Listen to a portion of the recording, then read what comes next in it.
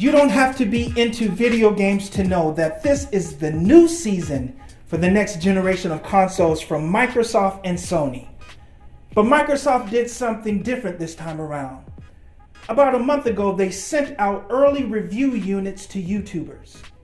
And when they opened the box, they saw a model of the new Xbox Series X. It had the cutout for the optical drive and the USB ports and the HDMI port and the expansion bay, but it did not have inside of it the motherboard, the GPU and the CPU, the heatsink, the SSD. Essentially, it was a form of the Xbox Series X, but it did not have power. And we see that same thing in 1 Samuel chapter 4, verses 1 through 11, where Israel is at war with the Philistines. The Philistines attack Israel and defeat them. And the elders of Israel have to ask the hard question: why did God allow us to be defeated?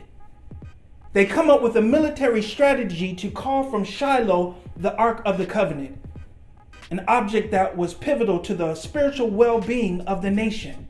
But the elders made the misguided decision of placing their hope of salvation and deliverance in a form of God.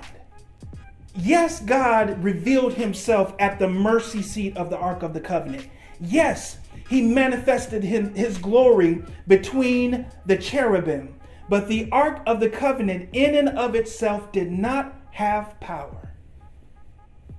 We see that same way of thinking today, where the pastor is more concerned about the look of the pastor than living a life of a true pastor. Preachers who are more concerned with sermon delivery than worrying about the one who can change their message and give it life.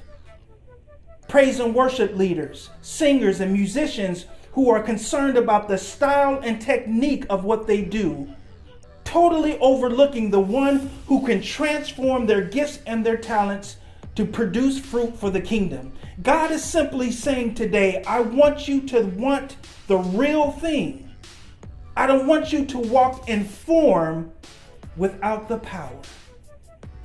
Look, Jesus Christ is the real thing. And if we don't have him, we can't change our surroundings. We won't have the deliverance we're looking for, especially if we're placing our hope of that deliverance in a form of him. I encourage you, do a self-check this week and ask yourself, are you living in form without the power? And whatever your answer is, let it be fuel for your devotional moment this week.